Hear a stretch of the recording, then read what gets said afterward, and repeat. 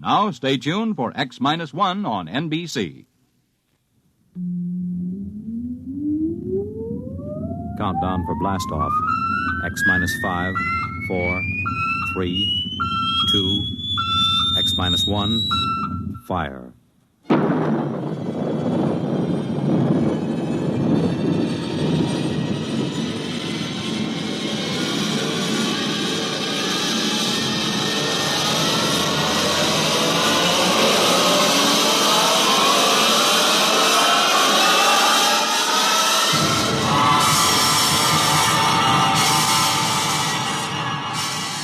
From the far horizons of the unknown come transcribed tales of new dimensions in time and space.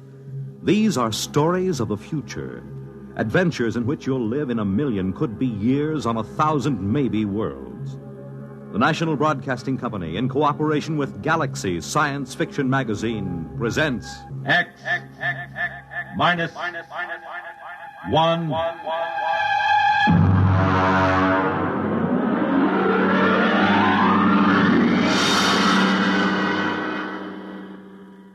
Tonight, the Frank Quattrocchi story, Sea Legs.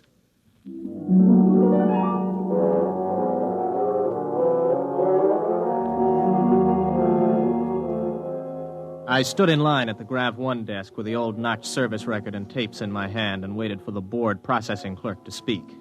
The clerk seemed utterly indifferent to the excitement of the men in the line. I wondered how long he'd been out here on this godforsaken Zone 5 planet. Next. Name? Robert Craig. Occupation? Flight officer. Destination? Earth. Earth? Anything wrong with that? Well, I guess not.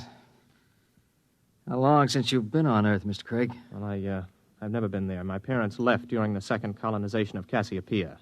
I was born there. Have you ever been in a gravity system? Oh, just briefly. Under drugs, of course. You'll have to go through the gravity conditioning course. Yes, so I was told. Proceed to the airlock chamber on your right and follow the robot's orders. Good luck. You may need it. Next. I went into the chamber and stripped off my clothing while the robot droned its orders. Remove all metal objects from your person. Place them in the plastic tube at your left. Now stand underneath the decontamination tube. Depress the button with your right foot. This is all. Proceed through the green door to the psychometric section. Please respond quickly to orders, and so to not impede the progress of others.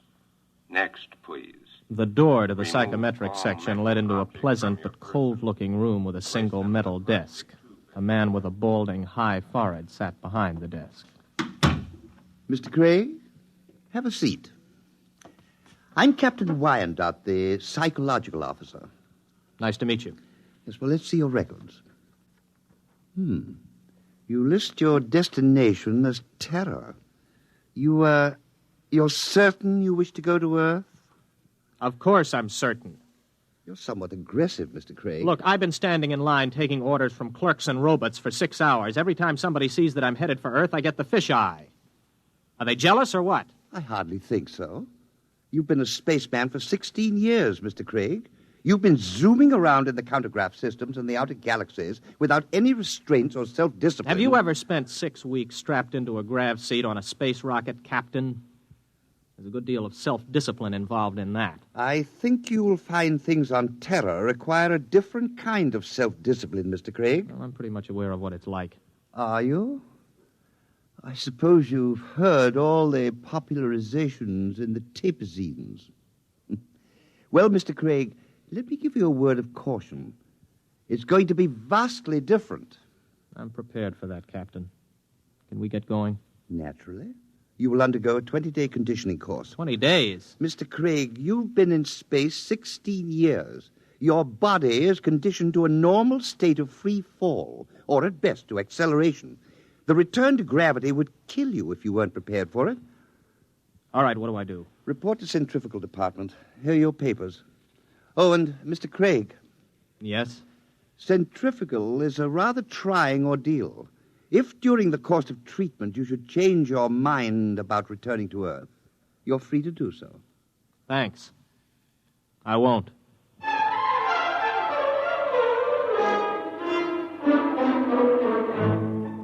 I'd heard about centrifugal, but you can never really know about these things until you experience them. 4 times a day, we were whirled around until it seemed as if our insides were too big for our bodies. On the 12th day, it got to be too much for me.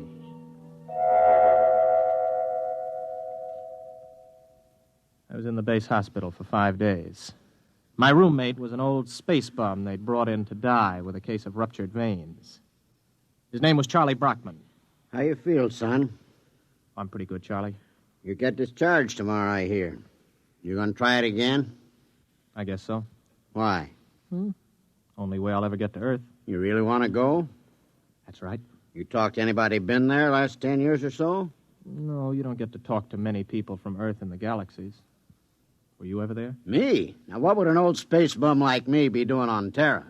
Well, I just thought maybe... I done most of my time in Zone 5. Out there, you get to thinking anybody who stays less than 80 light years from Earth is a landlubber. Yeah, I used to think the same. Then I took the exam for a job back on Earth, and I passed it. I used to think I'd like to go back. But space was exciting, you know. New and raw. It tugged at your guts, and it sent the blood rushing through your veins. But it was free. No bureaucrat ever lasted 6 months in Grav 5. I had enough hitting atmospheres all over the universe, old man. Maybe you're right. Lean over here, will you? Sure. Unbutton my pajama top, will you? Okay. There's a chain around my neck. Got a little message capsule on it. Oh, yeah, I got it. Do me a favor, huh? Take it with you when you go back to Terra. Don't open it till you're on the ship. Okay, Charlie. And, son. Yes? I lied to you. I have been back to Terra. I faked some papers and made a landing there 6 months ago. What are you doing back here? I had to leave in a hurry. Why? You'll find out, son. Good luck.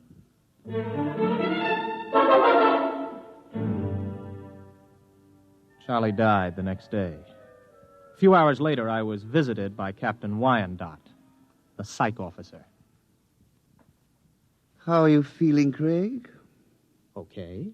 You still want to go back to Earth? Yes? You're completely sure you want to live out your life there, to give up space service for it? Look, we've gone through this, Captain. Now, you tell me that spacemen don't settle down on Terra, yet you won't or you can't tell me why. All right, what's the pitch? Does the Space Service need men so badly that they have to make it impossible for us to go back? That, Mr. Craig, you will have to discover for yourself. You have my authorization to complete your conditioning and return to Earth as a private citizen. I wish you luck. You'll need all you can get.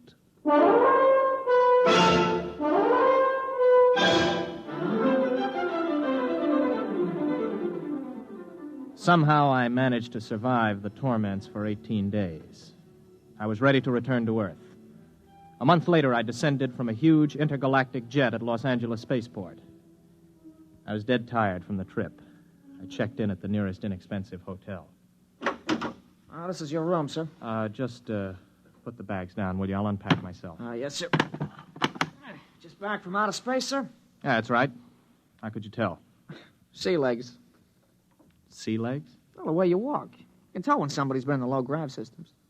Oh, well, here. Oh, thanks, Mr. Craig. For another 5 units, I'll tell you where it is. Where what is? You know, the mic. Mike? Okay, make it 3 units. I won't hold you up. You mean a microphone? Yeah, that's right. They wanted to put screens in, but the boss convinced him there ain't any Freedomites ever stay here.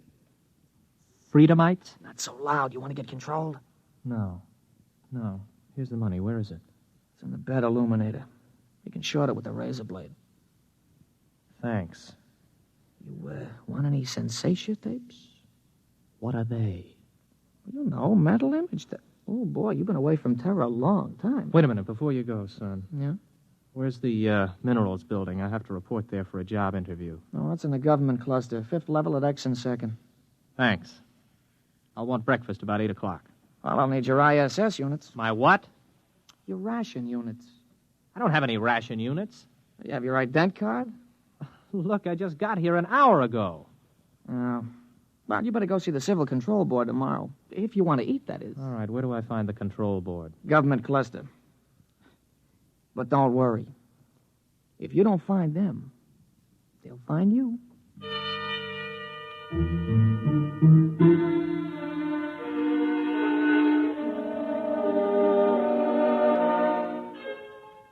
I went to sleep that night with the uneasy feeling that somebody was watching me. It had been a weird day. I hadn't exactly liked it. Well, I told myself it figured that there'd be more formalities and rigmarole on Earth than there were out in the systems, especially at first. Still, I couldn't get the idea of the concealed microphone out of my mind. You may relax, Mr. Craig. You are Mr. Craig. Yes, Robert Craig. You aren't nervous, are you? No. This is my first time before the control board, and, well, it's my first time. Flight officer, huh? Somewhat unusual for a vigorous young man like yourself abandoning space service, isn't it? I don't know. Is it? Leaving something behind, Mr. Craig? No. You don't like this sort of affair, do you, Mr. Craig? Well, I'm afraid I don't quite see its necessity. I served the intergalactic service well. My records prove it. It's enough impertinence, Mr. Craig. Answer the questions. You are a Terran? Yes. Where are your loyalties? I don't understand. Your first loyalties are to intergalactic, is that right? Is there a distinction? Do you wish to be held in contempt of this board? Of course not. And you will confine your responses to simple yes answers. Now, Mr. Craig, we shall begin again. Please try to show restraint of emotion. You are here to petition for an identity card of provisional code 2 type.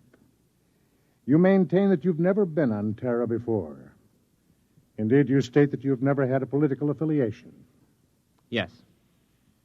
What are your reactions to the latest acts of the Liberal Party? I have none. You do not condemn the Liberal Party? Well, Then you must favor it. I don't know anything about it. Now then, Mr. Craig. The import service report shows that you passed your test aboard your ship. You were enabled to accomplish this through night study. Yes. Yet you maintain in your application that you had considered the space service a career. I changed my mind. Oh, you changed your mind. I see. I see, too, that you've petitioned the board for a private means of conveyance. Why do you wish to own your own transportation vehicle? To make it easier to get around, I report to my job and... What job? I passed the exam for the import service. I report today. Where are you living, Mr. Craig? At the Star Hotel. Very well. You'll wait outside in the waiting room until you're called again. I waited about 2 hours in the porcelainized waiting room of the Civil Control Board. Then I was called over to the clerk's desk at a small window. He stamped some cards for me. Craig. Here. Here's your stuff. Class 1 provisional ident card. Sign it and fingerprint it. Don't lose it. If you do, you'll be picked up by the control agents. I petitioned for a Class 2 card. You'll get a Class 1. This entitles you to maintain an apartment in the lower level of the Beverly Project. Here's your clothing ration. You'll have to turn in that leather flight jacket. No, wait a minute. I had this made on Chuan. Listen, I can remove the insignia. That is not the point. Your clothing ration is defined by law. There are no exceptions. This is your food ration. What's all this medical stuff on the card? You are rationed fairly in accordance with your particular metabolism. Oh, you're kidding. I do not kid, Mr. Craig. Well, what about a car? I asked to be allowed to buy a car. Let's see. Your petition to be permitted to purchase a private means of transportation is hereby denied.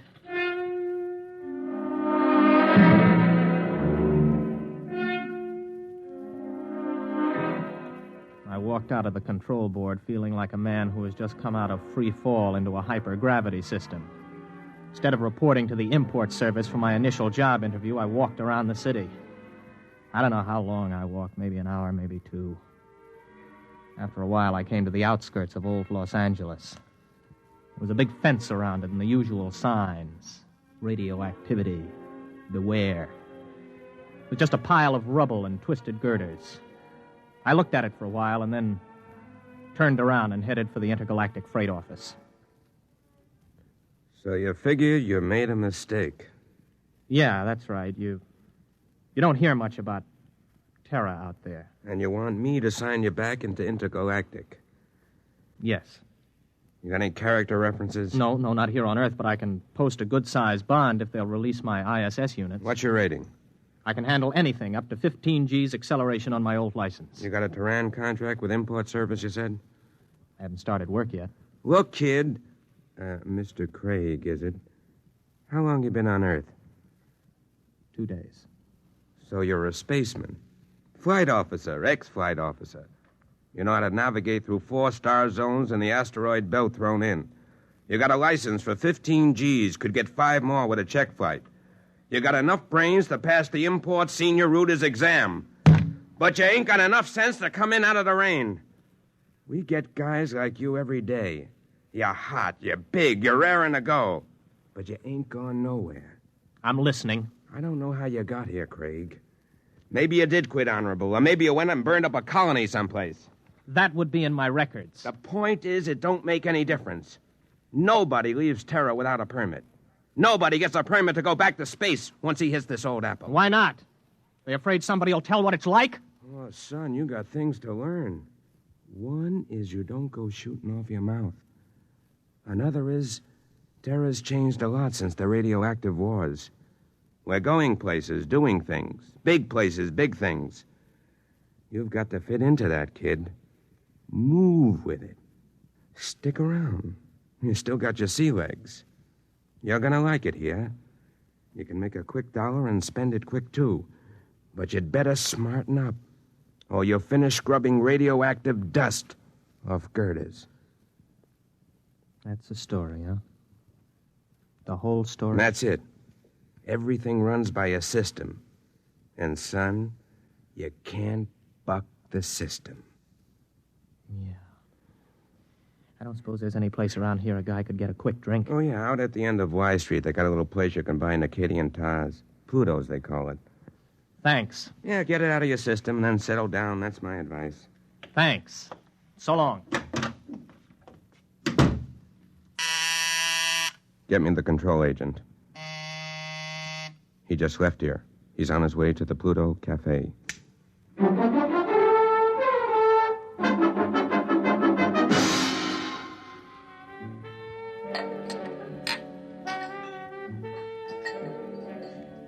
Hey, waiter, bring me another drink for the young lady. Now then, where were we? I don't know. In fact, I still don't know why you're buying me free drinks. I told you I want somebody to talk to. You a purist? Or maybe you don't like the brand of sensation tapes they're peddling these days. You know, you don't have a bad face, really, underneath the makeup. I mean, it's a little crooked, but it ain't bad, really. Thanks. Does me pretty good. Well, what's your name? Gloria? Oh, sure, I remember. Gloria!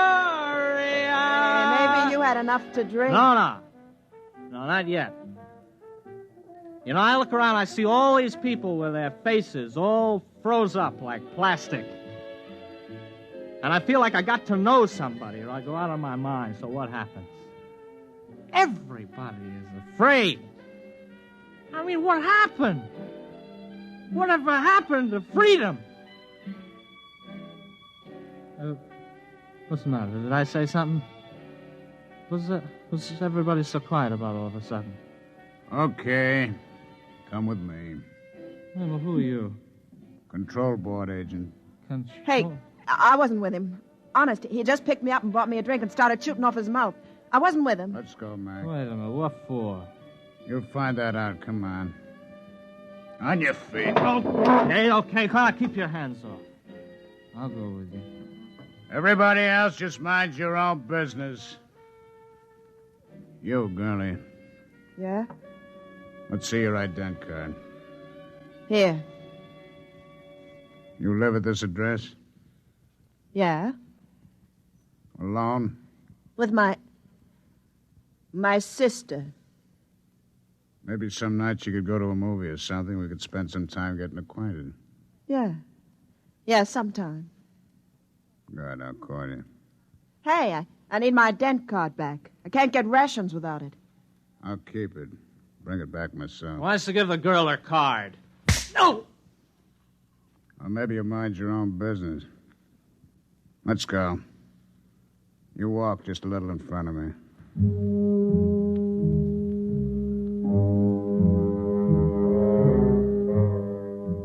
He was a big man, maybe 250 pounds, and he shuffled when he walked. He'd hit me right across the right shoulder with a sort of rubber truncheon. Now it began to ache. We're walking along a sort of back street. Everywhere in the universe there were such streets. Streets where you could find freedom in anonymity, a compromise between lawlessness and law. They are permitted by the authorities because it is necessary to have a place for those who are not permitted elsewhere. Okay, step into the doorway. Hurry up, you fool. We're being followed. Well, we're followed by whom? Don't ask questions. Who's you told? Don't I have any rights? You got the right to get hit over the head unless you do what you're told. Now quit. Hey, come in. In here. Hurry. Hey, who are they shooting at, you or me? Both of us. Down these steps. Stop! Stop or we'll fire! Through this door. Now, duck behind that pillar. Don't make a sound. You see them? Not a trace. Come on. They probably slipped out. Walk through the tunnel behind you. One false move and you're finished. Go on.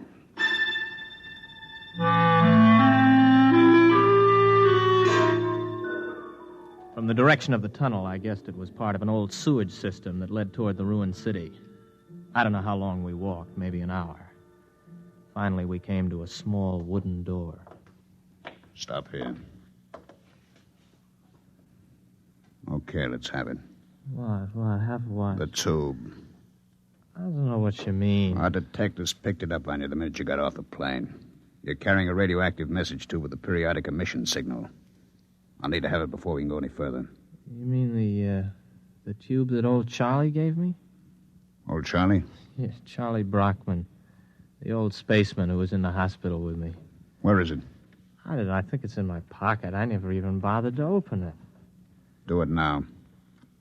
Let me see. Oh, yeah, here it is. Open it. It's empty. That's right. The message is in the tube itself. We identify our people by the radioactive pattern. Our people? You'll see. Come in. Make it fast. This the one? This is the one. Has he been drugged? He's had PON. A massive dose at the Pluto. Good. Mr. Craig, my name's Cocteau. This is Mr. Brannigan. You're probably quite bewildered about all this. Let me clarify the situation. You're now in the headquarters of the Freedomites, underneath the radioactive part of old Los Angeles. Mr. Brannigan is not a control agent. He's one of our men. We've been watching you ever since we detected the message tube as your ship was approaching Earth. Now, wait a minute. You guys are Freedomites? That's right. You're pretty illegal, aren't you? Let's say our lives aren't worth a snap of your fingers if we're caught. All right, who are you? Where are you from? Most of us are from the same place you're from, outer space. Many of us had the same history you have. We shipped into Earth and became disillusioned and went to the intergalactic freight office to apply for a job. The man at the office, the man who made the speech about coming in out of the rain, is one of our agents. Aren't you taking a chance telling me all this? Not at all. At the Pluto, you were given a massive dose of PON. You won't remember anything that happened to you after the drug hits you in an hour or so. It works like a shock. Everything will be repressed into the unconscious. Oh, I see. Very neat. It will exist in your unconscious, however. Somewhere, because you're the kind of man you are, because living in space has taught you the blessing of feeling free, you'll be able to draw upon your unconscious knowledge when you need to. And when will that be, Mr. Cocteau? That depends on whether you decide to join us or not. Join you in what? I haven't the faintest idea of what you're trying to do. For all I know, you're a bunch of traitors. You know, I've heard this comes the revolution stuff before. My friend, you're woefully ignorant of our aims, as is to be expected. We anticipate no revolution. We print no leaflets, publish no newspaper, and we have no world plan for conquest. The kind of totalitarian mind which subscribes to tight economic systems like the ancient Marxism of the communists is abhorrent to us. We're interested in only one thing, the preservation of the idea of freedom. Our fear is that men will forget what it's like to feel free. Well, how do you expect to accomplish this? Our concepts are being kept alive in only one place in the universe today. Outer space? Exactly. On the frontiers of the universe, where freedom is a condition of life and growth. Suppose I join you. How can I help? You're an experienced pilot. We have enough connections to do some plastic surgery on your face and get you a position piloting a spaceship again. You'll remember nothing of your mission, but you will remember that you have been back to Earth, what it was like. You'll be able, carefully, of course, to tell people, to help keep the idea of freedom alive. Think it over carefully. You have 20 minutes before the drug takes effect. I don't need 20 minutes. I'll do it. Good. In exactly 48 hours, you'll wake up in your hotel bed with a new face, the identity card of a man named Harold Janus. You'll not remember how you got them or why, but you'll know what to do with his identity.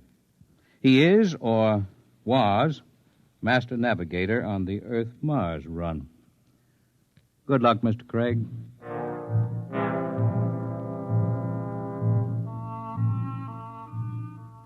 I woke up in the hotel bed, feeling like a man who has hung one on but good. I looked into the mirror and I saw the face of another man. I looked in my wallet and discovered that I was Harold Janus, navigator for Intergalactic, holder of a license for 15 Gs. I wondered where it came from, how I got it, but I asked no questions. This license, this ident card, meant freedom. I walked out of the hotel feeling steady for the first time. I'd gotten my sea legs at last.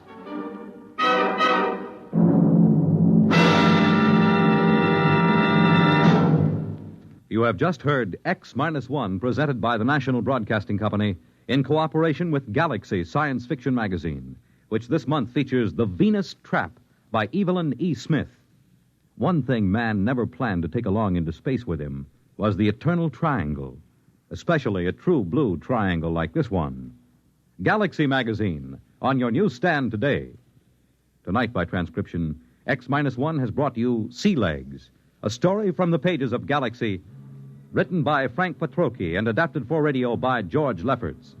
Featured in the cast were William Redfield, James Stevens, Stan Early, Charles Penman, James Dukas, Richard Hamilton, Jack Orison, Jack Grimes, Craig McDonald, Ralph Bell, Kermit Murdoch, and Frederica Chandler. Your announcer, Fred Collins. X-1 was directed by Daniel Sutter and is an NBC Radio Network production.